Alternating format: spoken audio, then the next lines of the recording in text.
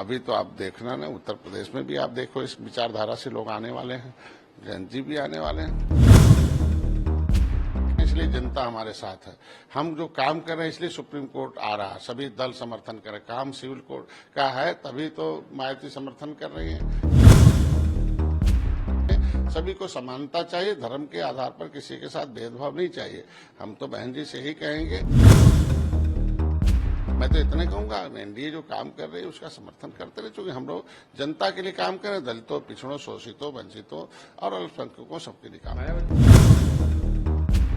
हम लोग समर्थन में है, जनता समर्थन में है। जनता समर्थन में है इसीलिए तो मोदी को 2014, 2019 में लाई, 2024 में ला रही। जनता समर्थन में है इसलिए 2017, 2022 में फिर पुनः उत्तर प्रदेश में लाई। इसलिए जनता हमारे साथ है। हम जो काम कर रहे हैं इसलिए सुप्रीम कोर्ट आ रहा है, सभी दल समर्थन कर रहे हैं। काम सिविल कोर्ट का है तभी तो मायावती समर्थन कर रही हैं। हम लोग सभी जाति, सभी धर्म, सभी वर्ग के लोगों के, जो भारतीय के लोग हैं उनके साथ हैं, इसलिए इसकी आवश्यकता है। संविधान में सभी को समानता चाहिए, धर्म के आधार पर किसी के साथ भेदभाव नहीं चाहिए।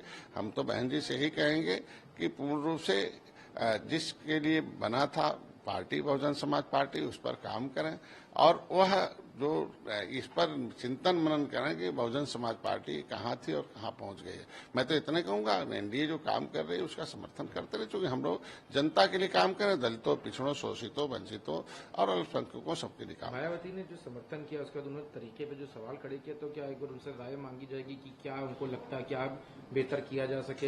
एक तरफ मायावती ने समर्थन, लेकिन दूसरी तरफ जो विपक्षी पार्टियां हैं उन्होंने उसका समर्थन नहीं किया, चाहे समाजवादी पार्टी हो या ये सब ने इसका विरोध किया।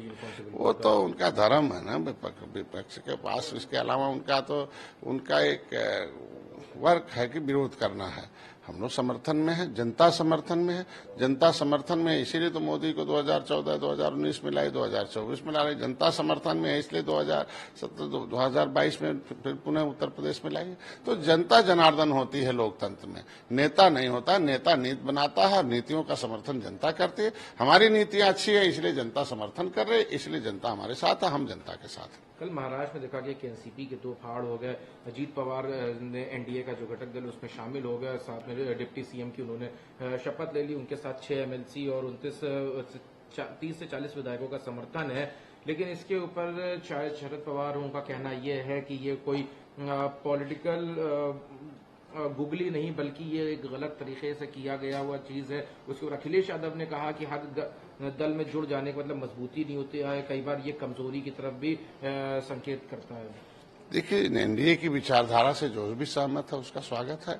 अभी तो आप देखना ना, उत्तर प्रदेश में भी आप देखो इस विचारधारा से लोग आने वाले हैं, जयंत जी भी आने वाले हैं। क्या है उनका, किसानों का काम हम कर रहे हैं, नौजवानों का काम हम कर रहे हैं, उसको विकास की मुधारा बना रहे हैं। शिवपाल जी भी ने को नाराज बैठे पड़े हैं, आखिर कहाँ समाजवादी पार्टी जा रही है। ये समय चूंकि सभी जाति, सभी धर्म के लिए हम काम कर रहे हैं, तो ऐसे में हमारी विचारधारा से जो सहमत है वो आ रहा है और आगे आते रहेंगे और हम लोग काम कर रहे हैं। आपने जिन दो लोगों का नाम लिया, शिवपाल यादव और जयंत चौधरी, क्या इनसे कोई बात हुई है या कैसे आप आकलन कर सकते हैं कि वो भी आपके साथ शामिल हो? देखिए, जो सपने लेके, जैसे जयंत चौधरी की पार्टी के सपने थे किसान को विकास की मुख्यधारा में जोड़ा जाए, नौजवानों को, विशेष वर्ग के, जाट को है, पिछड़ों को फिर से सम्मान मिले, तो पिछड़ों का अगर पिछड़ा वर्ग आयोग बनाया मोदी जी ने, आपने एजुकेशन में रिजर्वेशन दिया। उत्तर प्रदेश में देखे होंगे हाई कोर्ट ने पिछड़ों को कह दिया था कि इनके बिना रिजर्वेशन के चुनाव करा दिया जाए, लेकिन मेरी सरकार सुप्रीम कोर्ट तक खड़ी रही और आयोग का गठन किया और सर्वे रिपोर्ट लाई और इमीडिएट उस पिछड़ों के साथ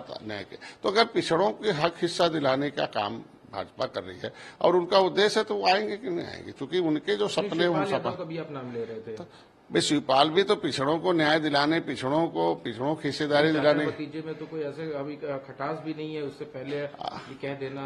अब देख लीजिए क्या थे और कहाँ हैं, अब सब लोग जानते हैं, उसमें कुछ कहना नहीं।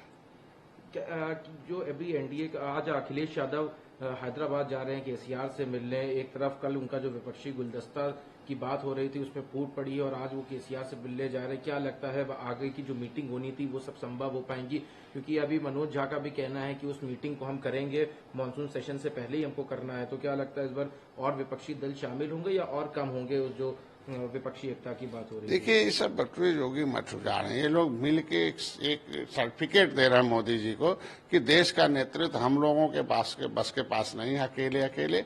और खाली मोदी जी एक ऐसे हैं जो केंद्र का नेतृत्व कर सकते हैं और इस देश की अर्थव्यवस्था सही कर सकते हैं और दुनिया में एक सम्मान दिला सकते हैं और आज के दिन में हर क्षेत्रों का विकास कर सकते हैं। ये सर्टिफिकेट दे रहे हैं। उनसे मिलने से, बैठक होने से यही संकेत और कुछ नहीं सकते। केसीआर से मुलाकात का क्या संकेत? कुछ नहीं। केसीआर का क्या वोट उत्तर प्रदेश में, क्या वोट बैंक की राजनीति होती है, वोट बैंक है नहीं, तो उनसे मिलना, हाथ मिलाने से कुछ नहीं होता, क्योंकि दिल तो वोट होता है और उसमें कोई जगह नहीं है। हमसे जुड़े रहने के लिए हमारे YouTube चैनल को सब्सक्राइब करें और नई वीडियो की नोटिफिकेशन के लिए बेल आइकॉन को दबाएं। अगर आप ये वीडियो Facebook पर देख रहे हैं तो लाइक जरूर करें और ज्यादा से ज्यादा शेयर करें। धन्यवाद।